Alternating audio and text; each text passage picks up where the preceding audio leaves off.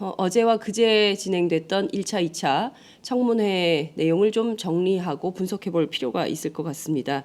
그래서 오늘은 국정조사 특위 야당 간사이신 더불어민주당 박범계 의원을 전화로 연결해서 자세한 평가를 좀 듣도록 해보겠습니다. 의원님 나와 계신가요? 예, 안녕하세요. 네, 네, 어제 늦은 밤까지 고생 네, 12시 많으셨습니다. 좀 넘겼죠. 네, 네. 그 청문회가 뒤로 갈수록 더 재밌다 이런 평가가 있어요. 아무래도 등장인물들이 예, 어제 같은 경우는 뭐 아무래도 이제 차은택, 네, 고영태 네. 이런 사람들이 뭐 최순실과의 관계라든지 또는 대통령과의 음, 어떤 뭔가 뭐 이런 네, 것들에 대한 대중적 상상력이 총동원되다 보니까 네, 매우 흥미진진했던 것으로 네. 보여집니다. 저희 어저께 늦은 밤까지 저희도 생방송으로 네, 네, 보내드렸는데요.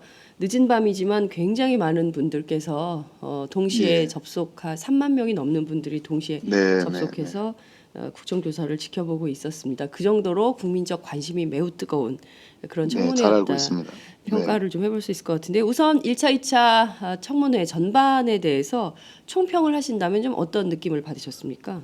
네, 그 1차 청문회, 2차 청문회 앞으로 있을 3, 4, 5차 청문회 다 각각의 주제를 갖고 있습니다. 네, 1차 청문회는 대기업 총수들을 이제 일괄적으로 불러서 네, 이번 박근혜 최순실 게이트의 성격이 국정농단, 국기문란 사건은 물론이지만 네, 지금 검찰 수사에 의해서 피해자 코스프레를 하고 있는 대기업, 특히 음, 삼성 같은 경우에 네. 이런 피해자가 아니고 음. 직권남용이나 강요죄의 피해자가 아니고 네. 대가 관계에 있는 음. 뇌물의 성격을 갖고 있다는 점을 드러내고 싶었고요. 네. 2차 청문회는 아시다시피 이제 어제 있었는데 최순실 자신이 안 나왔기 때문에 다소 맥을 빠졌지만 네. 차은택이나 고영태를 통해서 음. 박근혜 최순실의 어떤 역학관계가 음. 드러나는 그런 의미가 있었다고 보여집니다. 네. 말씀하신 내용을 좀 짚어보도록 하겠습니다. 네네, 그러시죠. 우선 최순실 씨가 불출석했어요. 그 자체로 국민적 공분을 사고 있는데요. 공황 장애를 앓고 있기 때문에 그리고 재판이 진행 중이기 때문에 본인은 출석할 수 없다. 동행 명령까지 보냈지만 거부했어요. 이래도 네, 되는 건가요? 안 되죠. 음. 안 되는 거를 좀 물어보셨으니까. 네. 일단 공황장애, 우리는 이제 공황장애로 알고 있는데 공황장애라고 그러니까요. 그러더라고요. 예.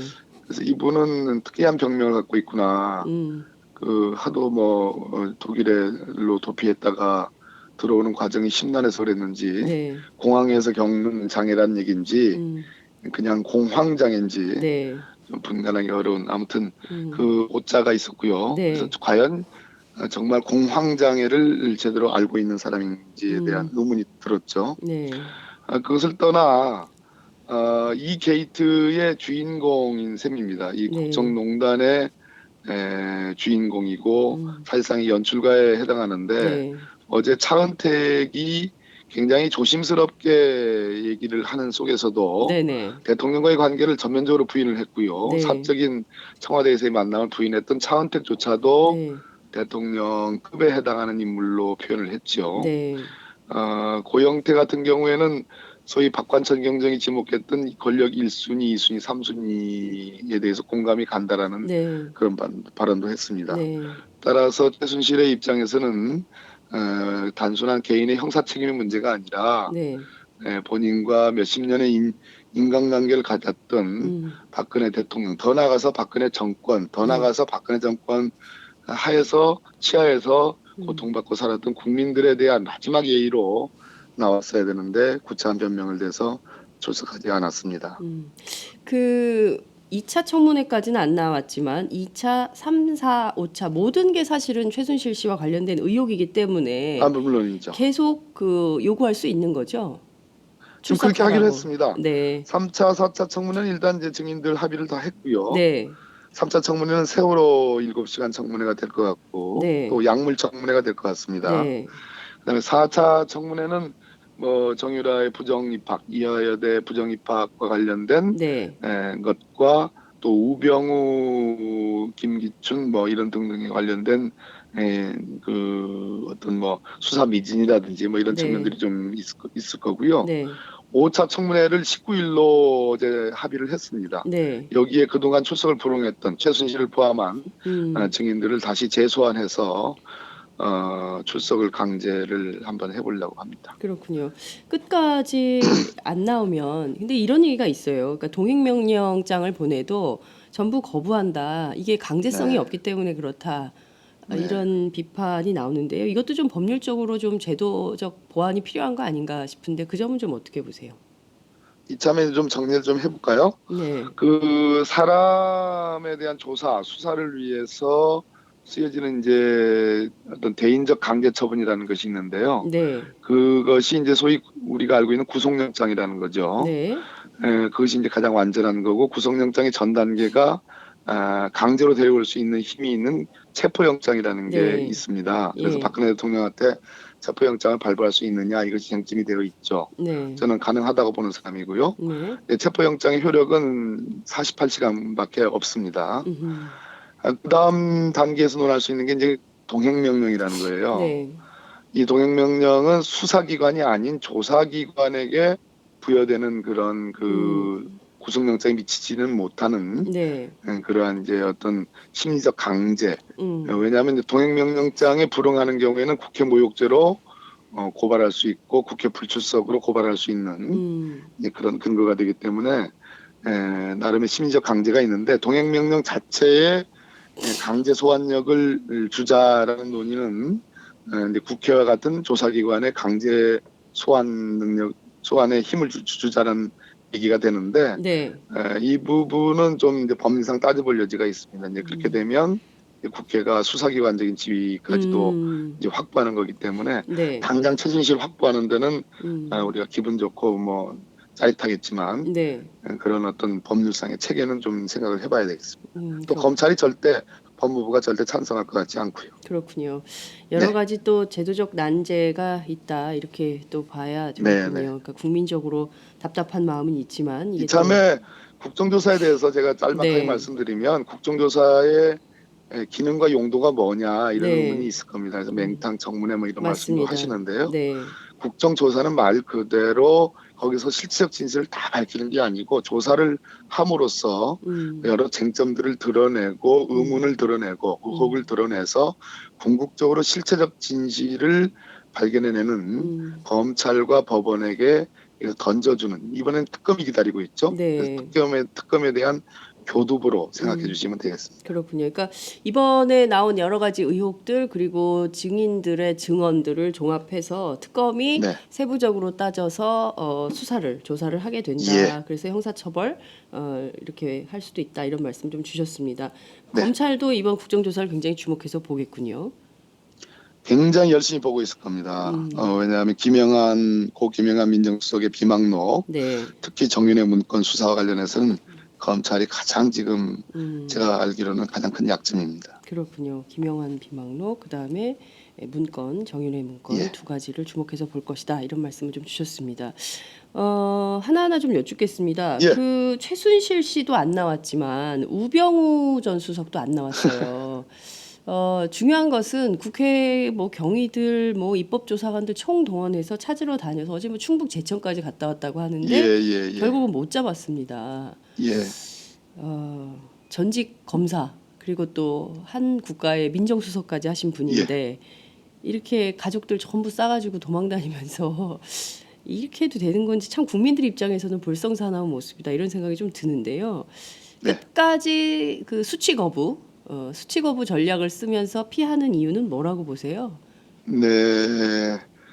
이제 우병우 씨의 장모와 함께 동반 도주국이 이제 시작이 된 거죠. 동반도주국에 예, 이 그냥 검사 출신이 아니고 아시다시피 예, 우병우라는 사람은 음, 노무현 대통령을 수사했던 네, 수사기획관, 음, 검찰의 꽃입니다.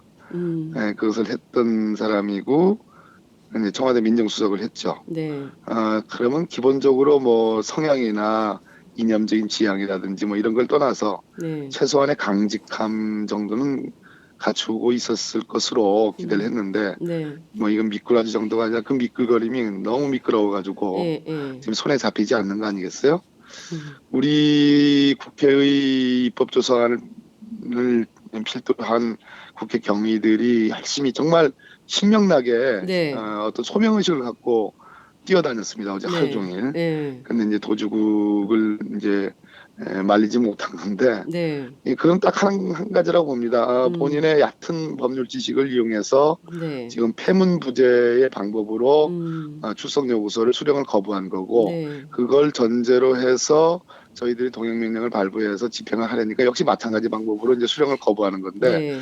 아마도 국회 고발을 하지 않겠습니까? 우리가 네. 이제 고발을 하게 되면 이제 처벌 수위가 문제가 되는데 네. 그때의 이 문제를 다툴 겁니다. 자기에게 본격적으로 그러니까 정식으로 음흠. 출석 요구서와 동행명령장이 수령이 되지 않았다. 그래서 그 효력을 다투기 위한 고도의 어떤 얕은 법률가로서의 어떤 얕은 지식을 악용하는 거 아닌가 이렇게 보여집니다. 네, 법률가로서의 지식을 악용하고 있다. 그 중에 한 분이 또 김기춘 전 비서실장입니다. 어제 출석은 뭐 본인은 우병우 수석은 안 나왔지만 그래도 나는 건강이 안 좋은데도 국회가 부르기 때문에 나왔다. 뭐 이런 주장을 했는데요. 나와서 시종일관 다 모른다, 아니다, 뭐 이렇게 답변으로 일관을 했습니다. 거짓말로 일관을 했다. 야당 의원님들한테 굉장히 질타를 많이 받았는데요. 네. 증거가 나오니까 그때는 또 이제 착각했다. 뭐 이런 식으로 했어요. 네, 말로 그러니까, 그 얘기를 했죠. 예, 그러니까 전반적으로 보면 그 향후에 있을 특검에 대비해서 법률 대응하러 나왔나 이런 생각마저 들었습니다. 네, 맞습니다. 정확한 말씀입니다. 지금 제가 어제의 그 청문회의 네. 이 백미 뭐 모르겠습니다. 우리 시청자 여러분들 네. 또 들으신 우리 애청자 여러분들이 어떻게 들으셨는지 모르겠으나 제가 보는 백미는 네. 김기춘이 무너져 가고 있다. 김기춘 집회실장이 무너져 가고 있다라는 느낌이었습니다. 네. 그거는 박근혜 정권의 붕괴와 같은 궤에 있는 거지요. 꼿꼿하게 이를 데 없고 오히려 오만하기까지 예. 했던 과거에 국회에서 봤던 그 모습, 청와대에서 봤던 그 모습은 어디로간가 사라지고 네. 연신 눈을 감고 조아리고 그랬습니다. 그러나 네. 본인의 혐의, 본인의 의혹과 관련해서는 철두철미하게 부인과 모르쇠로 일관을 했지요. 네. 그런데 제가 보기에는 김기춘 전 비서실장의 가장 약한 고리는 역시 본인으로 인해서 죽음에 이르른 그렇게 얘기를 합니다. 어머니께서. 김영한 전 민정수석의 비망록이라고 저는 보여집니다. 네. 예, 김영한 전 민정수석은 제가 지금 작심해서 말씀드리는 건데요. 네. 좀 얘기를 할까요? 네, 말씀하세요. 예. 연세대학교를 나오고요. 네. 경제학과를 아마 나왔을 겁니다. 그리고 검사로서는 엘리트 코스라고 보기는 어렵습니다. 물론 검사장 승진을 했지요. 어렵게. 네. 예. MB 정부에서 승진했고 네. 전형적인 TK 보수 검사 출신이고요. 네. 인맥으로 인해서 최경환 전 부총리 국회의원의 백그라운드가 아니냐라는 세간의 의심을. 최경환 부총리도 연세대학 출신이죠. 연세대학교 경제학과 출신이고 TK 아니겠습니까? TK고, 예. 예, 그래서 이제 그런 의심을 받고 있는 인물입니다. 네. 민정수석이 되니까 아니 어떻게 김영한 검사장이 민정수석으로 뭐 하는 그런 의아심도 있었습니다. 그것이 네. 그대로 김기춘 우병우에게 아마 꽂혔을 가능성이 있습니다. 김기춘 아시다시피 대한민국에서 가장 오랜 기간 40년 동안 권세를 부린 인물입니다. 법무부 장관을 했지요. 네. 역사의 고비고비마다 역사를 거꾸로 돌린 인물입니다. 박근혜 정권에서도 역사 뒤집기에 네. 1등 공신이지요. 우병우 민정수석 민정비서관이 어떻게 들어갔느냐 그 부분 그 대목과 관련해서 여러 의혹이 있는데 장모 김장자의 활약이 컸을 것이다. 뭐 등등이 나옵니다. 장모 김장자는 그 자기가 운영하는 골프장에서 네. 차은택, 고영태와 동반 골프 라운딩을 했다는 그런 얘기도 있지 않습니까? 네. 그런데 이 우병우 민정비서관, 민정수석은 말 그대로 검찰의 꽃보직을 다 누렸습니다. 노무현 대통령을 수사해서 죽음에 이르게 했던 수사기획관 네. 출신입니다. 제가 알기로는 김기춘 비서실장과 우병우 민정비서관이 사실상 직보체제, 즉 민정비서관인 우병우가 민정수석인 김영한에게 보고하지 않고 바로 비서실장에게 직보하는 네. 그런 계통을 밟았던 것으로 그렇게 저는 전해 듣고 있습니다. 네. 김영한 민정수석이 들어오기 전인 홍경식 민정수석도 네. 비교적 좋은 검찰에서의 보직을 했던 인물이었는데 홍경식 민정수석도 사실상 제끼는 것이 아니냐라는 의혹도 있습니다. 네. 그만큼 김기춘의 어떤 총애를 받았던 인물이고 정윤의 문건 유출이 됐을 때 그 문건 수사와 문건 유출과 관련해서 특감반을 지휘하면서 네. 사실상 그 검찰의 수사 가이드라인을 제시하고 이를 통해서 그 검찰의 수사가 본질인 네. 십상시 문고리 3인방에 대한 수사로 이어지지 않고 유출에만 맞춰지게 한 인물로 지금 그렇죠. 부각되고 있고 그런 의혹을 받고 있습니다. 맞습니다. 그 이후로 우병우는 민정수석으로 승진하는 네. 그런 시간적 순서가 됩니다. 네.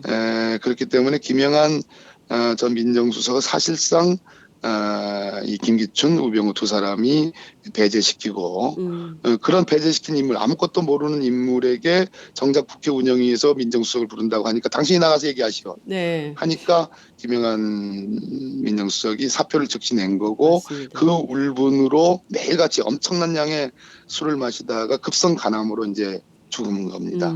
그 소위 업무일지 성격을 갖고 있는 비망록이라기보다는 네. 업무일지라고 보는 게 맞을 겁니다. 그것을 어머니에게 남겨놨고 어머니가 그것을 언론사에 이제 통째로 보냄으로써 진상의 규명이 된 건데요. 네. 결론으로 돌아와서 이 업무일지의 구체적인 형식과 내용과 여기에 등장하는 인물들 네. 그리고 김기춘 비서실장을 상징하는 장이라는 표시 네. 그리고 김영한 민정수석 본인의 필요한 부분이 아니라 전체 수석비서관 회의에서 김기춘 실장이 이끄는 다른 수석들에 관련된 어떤 김기춘 비서실장의 일방적인 지시에 관한 그 메모글들을 보면 네. 이것의 증거 능력과 증거 가치를 부인하기 어렵습니다. 근데 결론적으로 김기춘 전 비서실장은 이 본인에게 다가올 형사치인과 관련해서 이 비망록의 증거 능력을 부정하기 위해서 어제 하루 종일 그렇게 그런 자세로 일관했다 이렇게 보여집니다. 그렇군요. 결론적으로는 네. 그 몹술병에 걸렸다라고 표현을 하는데 네. 제가 그랬습니다. 그 몹술병에 걸리게 한 사람이 누구냐고. 이 대목으로 이 말씀은 마칠까 합니다. 네. 저희도 그 대목을 지켜봤습니다. 그리고 특히 시종일관, 거짓으로 일관을 하다가 결정적인 증거가 나오면 그때는 본인이 착각했다라는 식으로 모면하려는. 그러니까 검사 출신은 확실한 것 같아요. 그러니까 증거가 나오기 전까지는 끝까지 부인하다가 증거가 나오면 마지못해서 인정하는 수준으로 가던데 특검 조사 피할 수 없겠죠? 지금 나온 의혹이 너무 많아요.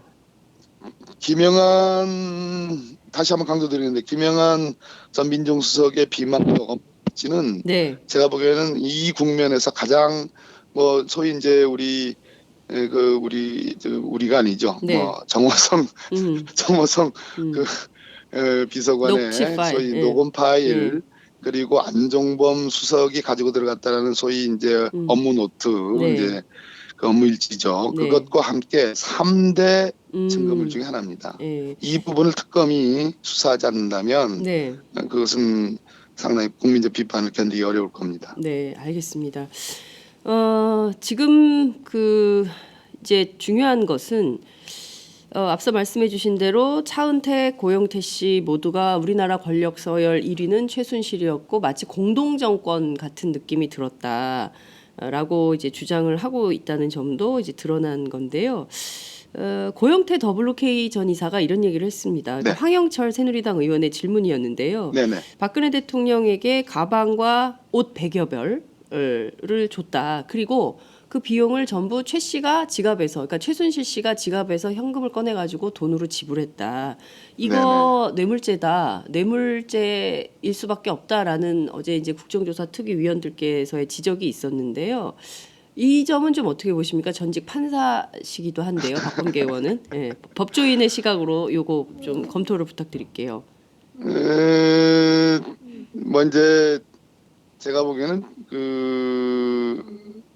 뇌물은 네, 뇌물 맞죠, 뇌물. 뇌물이다. 뇌물. 예, 근데 곁가지 뇌물이거든요. 이제 이것은 왜 이런 얘기가 나왔냐면 네, 삼성을 포함해서 지금 등장한 그 8대 기업 총수들 네, 앞으로 또 추가적으로 뭐 KT라든지 네, 또는 저 포스코 등도 다 불러야 됩니다. 네, 그런데 통째로 저는 미르재단과 K스포츠재단의 출연 자체가 저는 뇌물로 보는 네, 상황이죠. 음, 774억 원. 그리고 음, 별도로 삼성이 냈던, 삼성이 아마 204억 원을 냈고 별도로 한 50여억 원인가 뭐 이렇게 이제 최순실 정유라에게 이제 쏴준 거 아니겠습니까? 네, 이것도 이제 뇌물적 성격이 있다라고 보는데, 이 부분에 대한 수사가 검찰이 어정쩡하게 나오고 특검이 앞으로 수사를 해야 되는데 이것이 제대로 의율이 돼 있지 않으니까, 그러니까 네, 제대로 파헤쳐지고 법령이 그 죄명이 적용되지 않고 있다 보니까 이렇게 딱 떨어지는 거. 최순실이 고영태를 통해서 박근혜 대통령 의상 100여 벌을 만들어서 박 대통령에게 갖다 준 거. 네, 요 이제 뇌물이냐? 뇌물이죠. 네. 뇌물인데 우리가 격가지 뇌물이니까. 근데 이제 청와대가 방금 전에 입장이 좀 나왔는데요. 박근혜 대통령의 옷값 그리고 가방값 이것은 최순실 씨에게 정확하게 지급을 했다. 그렇게 나올 줄 알았어요. 예, 그런데 이게 통장을 열어봐야 되는 거죠. 뭐 현금으로 줬다고 할 수도 있겠지. 뭐. 현금으로 줬다. 정확하게 그렇게 나올 줄 지급했다. 알았어요. 그럴 줄 알았다. 네.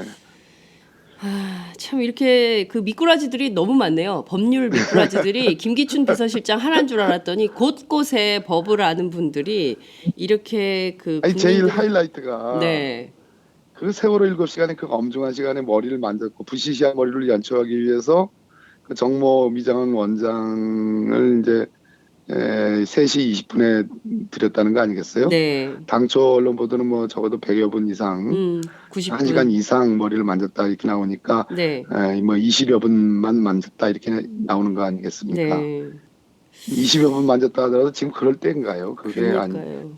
그게 제일 하이라이트죠. 미꾸라지 중에 뭐 미꾸라지 정도가 아니라 청와대가 네. 완전 지금 정신 못 차리고 있는 거죠. 박근혜 대통령이 정신 못 차리고 있는 거죠? 다 뭐 거기 안에 들어가 있는 사람은 청와대라는 데는 가보면 네. 저도 있었습니다만 예, 좀 이상한 데입니다. 아무튼 그렇군요. 거기 바람은 달라요. 청와대 바람은 달라요? 어떻게 다릅니까? 아니 이제 참여정부 바람은 그래도 좀 괜찮은 바람이었는데 네. 제가 또 이렇게 얘기하면 또 편향됐다고 얘기하겠지만 아무튼 음. 뭐 참여정부 바람의 한 100배 정도 탁한 바람이라고 생각하면 되겠습니다. 네.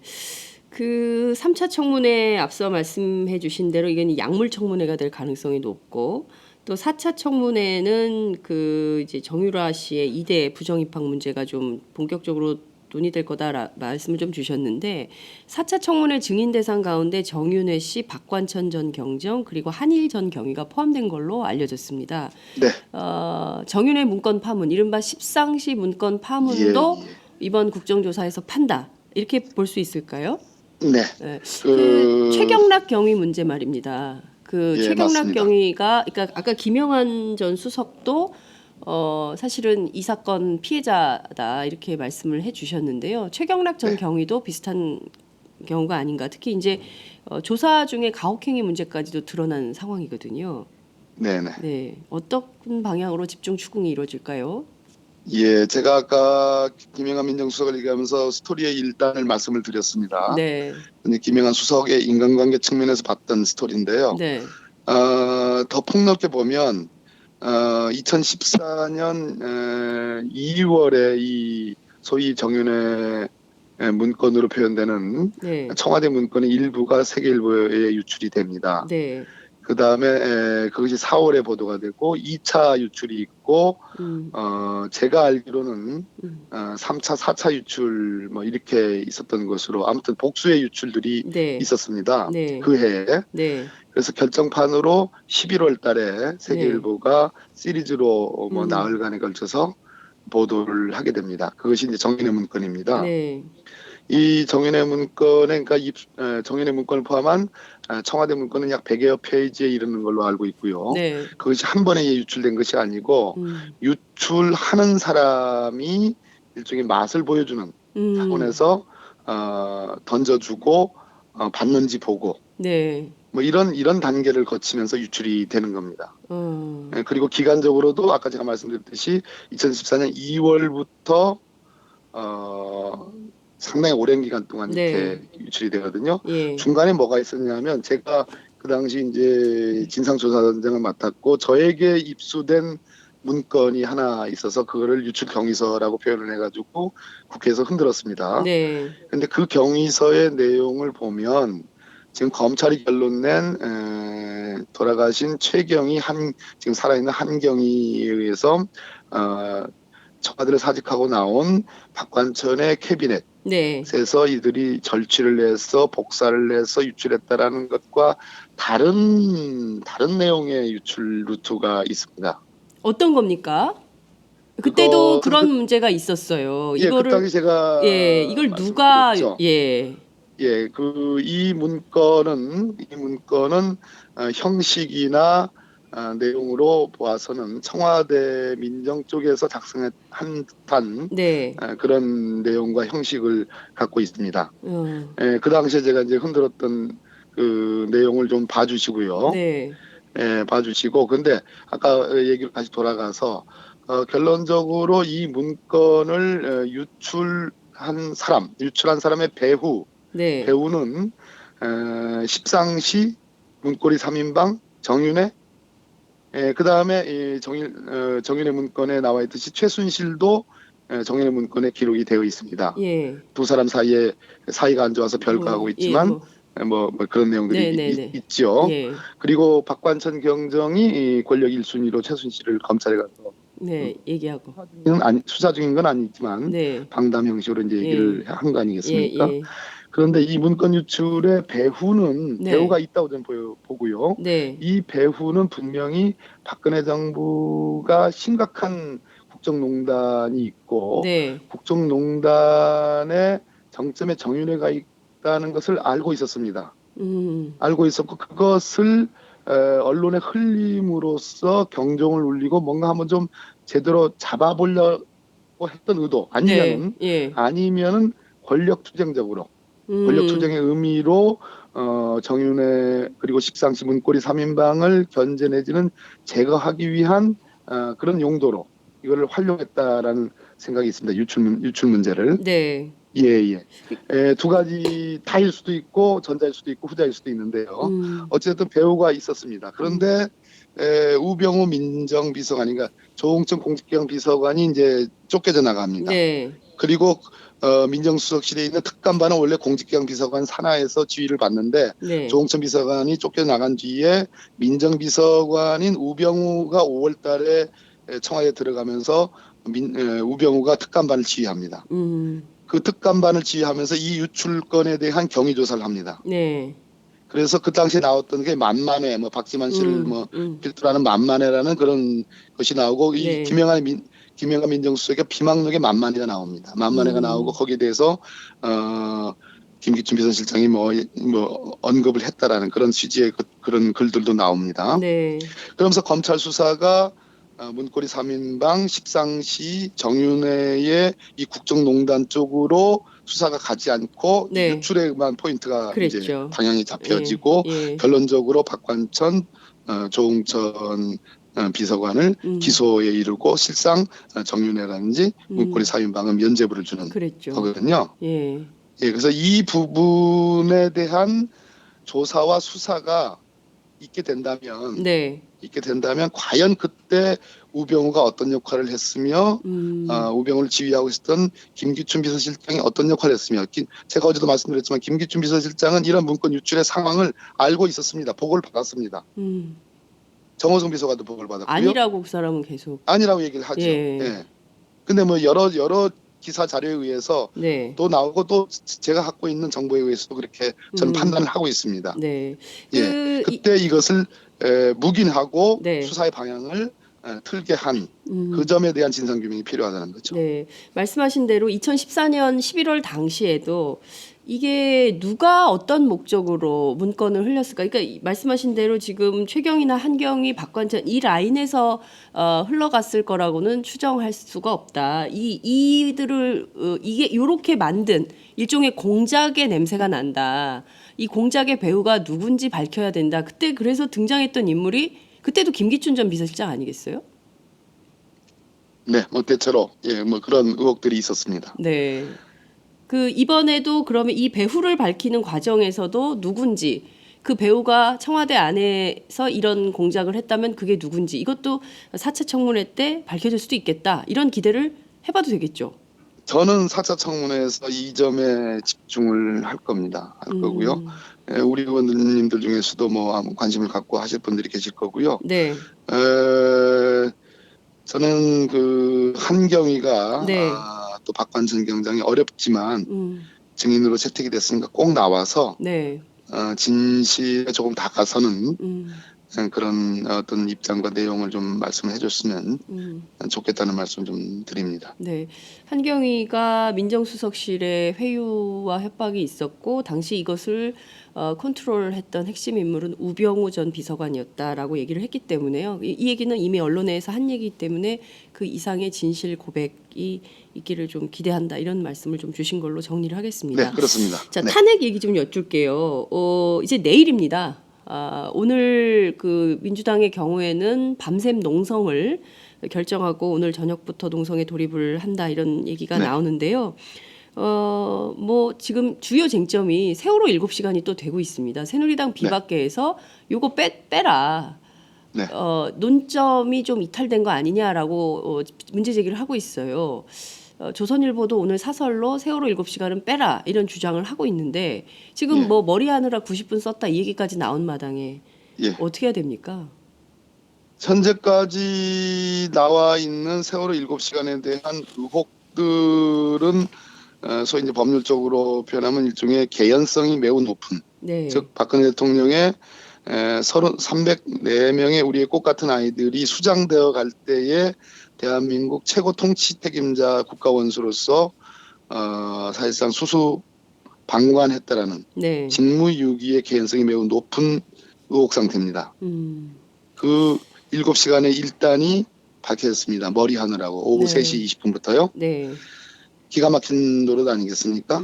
이거 말고도 여러 가지 의혹들이 제기가 되어 있습니다. 네. 물론 탄핵 소추의 내용들에는 세월호 7시간뿐만 아니라 박근혜 대통령의 헌법을 위반하고 법률을 위반한 내용들이 열몇 가지가 자세히 잘 열거가 되어 있습니다. 그중에 서너 개라도 인정이 되면 탄핵 결정을 회피할 수 없을 겁니다. 네. 왜 세월호 7시간을 넣어야 되느냐 가장 중요한 대목입니다. 저는 새누리당 비박계 의원들께서 특히 권성동 법사위원장의 입장이 그런 걸로 알고 있는데요. 네.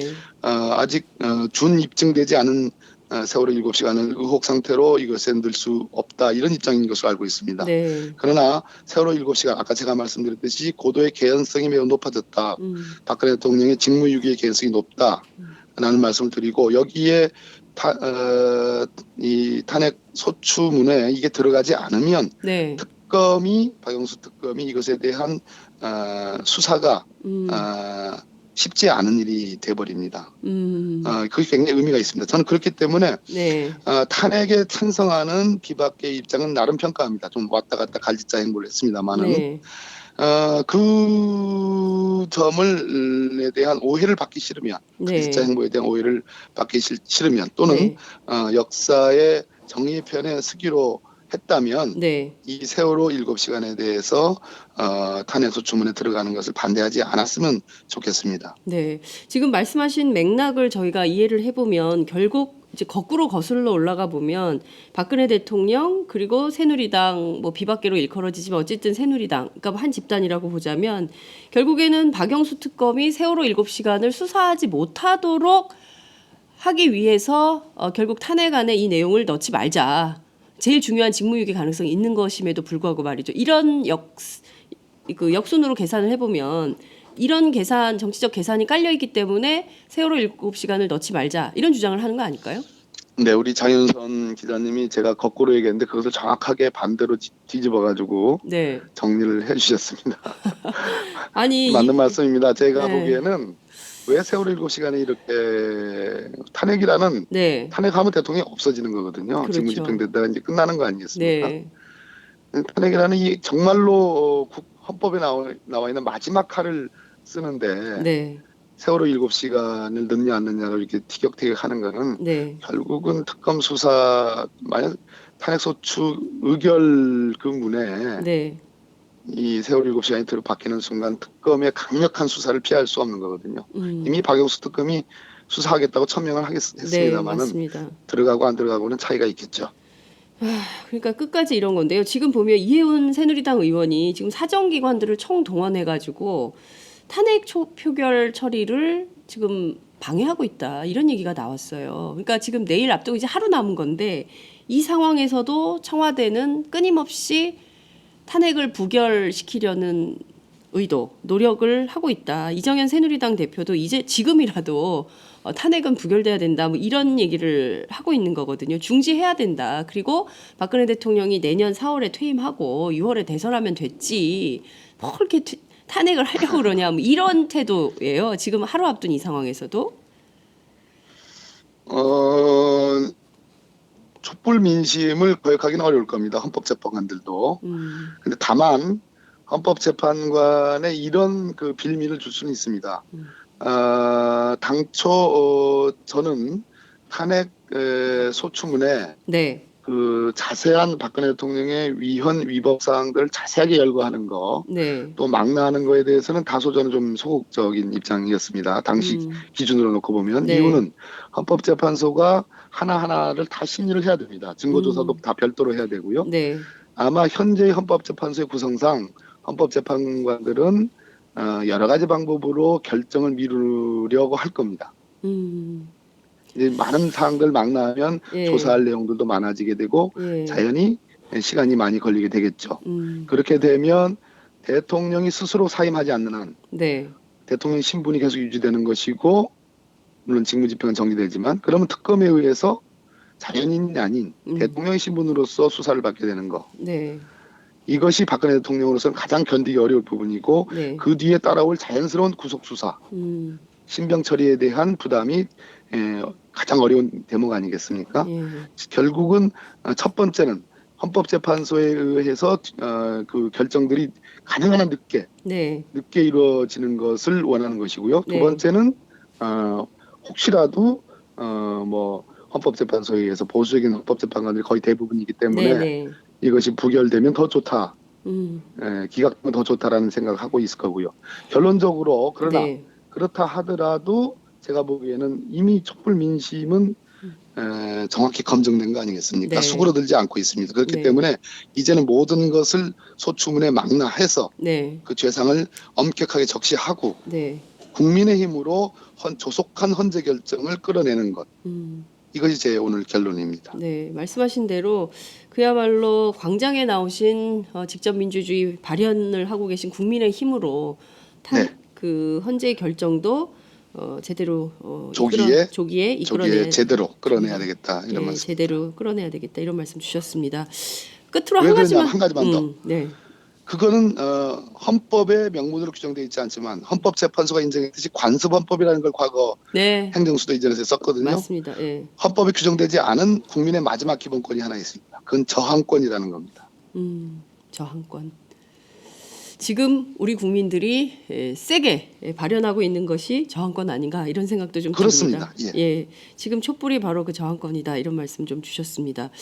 끝으로 한 가지만 여쭙겠습니다. 네. 그 탄핵 부결 안 되겠죠? 가결되겠죠? 어떻게 전망하십니까? 네, 저도 뭐 여러 이제 새누리당 의원님들에게 여쭤보는데요. 네, 지금 탄핵 소추를 새누리당 쪽에서 주도하시는 분이 김성태 우리 국조특위 위원장입니다. 네, 매일같이 이제 뭐 심기를 물어보는데 네, 제가 보기에는 결론은 잘 날 것으로 그렇게 기대하고 있습니다. 그렇군요.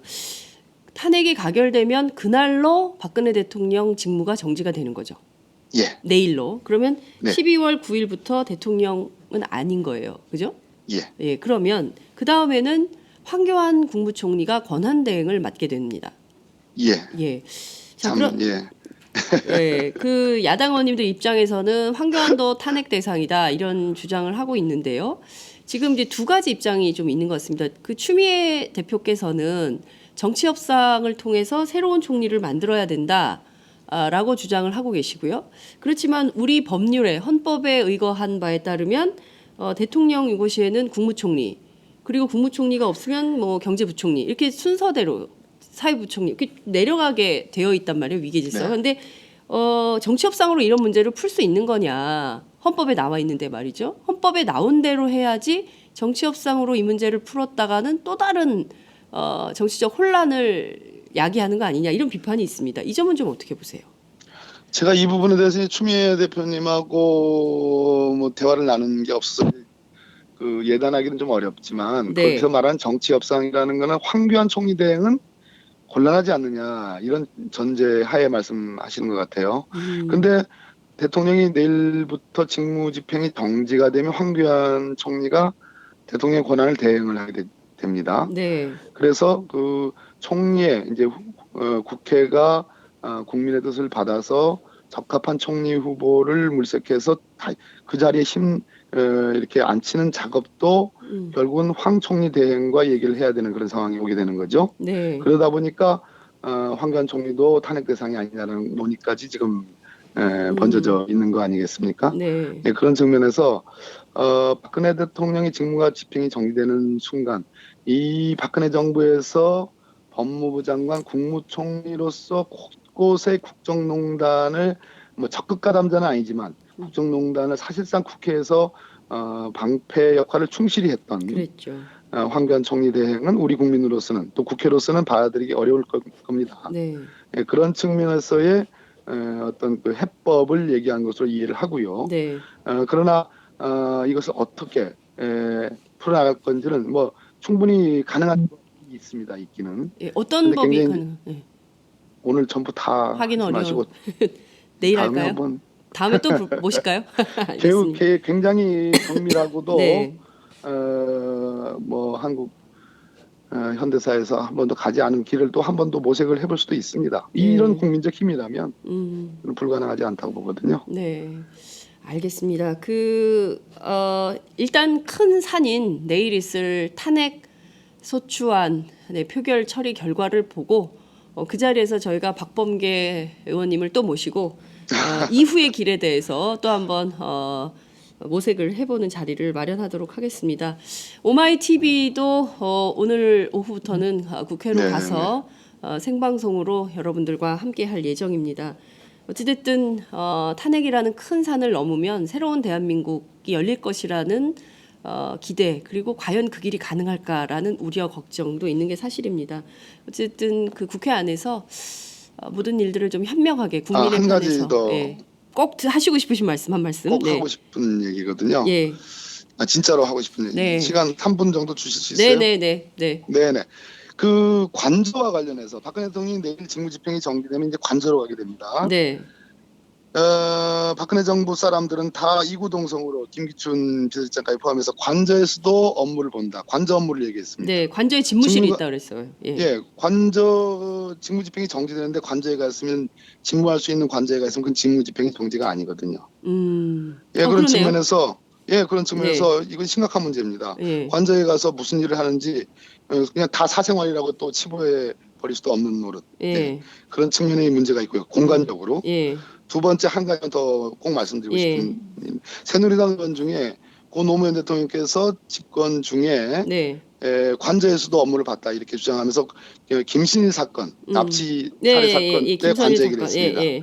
김신일 씨가 납치됐다는 것이 보고된 시점은 새벽이고요. 새벽 1시 정도 맞습니다.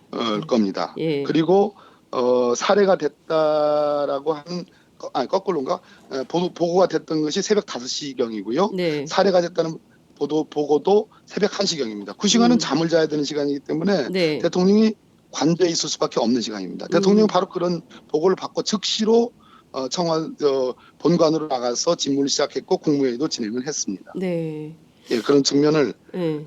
비교할 성질의 것이 아니다. 네, 네. 박근혜 대통령의 관저 사생활, 관저 직무와 노무현 대통령의 그것과는 비교하지 말아달라는 말씀을 드립니다. 네, 김선일 사건 때 그때는 새벽 1시, 새벽 5시 뭐 이랬기 때문에 이때는 당연히 관저에서 전화 보고를 받으실 수밖에 없는 시간이었다라는 그렇습니다. 말씀을 주신 거고요. 그런데 박근혜 대통령이 큰일이네요. 말씀하신 대로 관저에 집무실이 있고 관저에서도 일을 할 수 있다라고 주장을 김기춘 전 비서실장도 했기 때문에 그럼 관저에서 나오셔야 되는 거 아니에요? 내일 이후로는? 공간적으로는 지금 그런 예. 상황이 돼버렸습니다. 이분이 나와야 되겠네요. 왜냐하면 관저에서도 집무실이 있다 그러니까 그죠? 그렇습니다. 그럼 이제 촛불 거기서 무슨 일을 하는지 어떻게 알아요? 그러니까요. 예. 예. 그 지금 그 김기춘 전 비서실장에 따르면 내실이라 그랬어요. 내실. 그러니까 그 관저 안에 내실 안에서 뭐 화장하시고 뭐 머리하시고 이런 사사로운 일에 대해서 비서실에서는 알지 못한다 이런 주장을 하는데 그럼 내실 잠자는 곳이라고 특정을 했어요. 이 잠자는 곳에만 있도록 해야 되는 건지 아니면 아예 관저에서 나오도록 해야 되는 건지 이것도 결론을 좀 내야 되겠네요. 내일 안에. 네. 네, 이 국회에서 내줘야 되는 거 아닙니까? 관저에서 나오라고. 네, 장윤성 기자님 이제 네. 약속했던 시간보다 한 2배가 더 남았습니다. 알겠습니다. 저희가 이 관저와 관련해서는 국민들이 또 저희 방송을 많이 듣고 계시기 때문에 네, 정확한 네, 네. 판단을 하실 줄로 믿겠습니다. 네. 오늘 말씀 여기까지 듣도록 하겠습니다. 감사합니다. 네, 고맙습니다. 네, 네. 지금까지 더불어민주당 박범계 의원과 함께했습니다.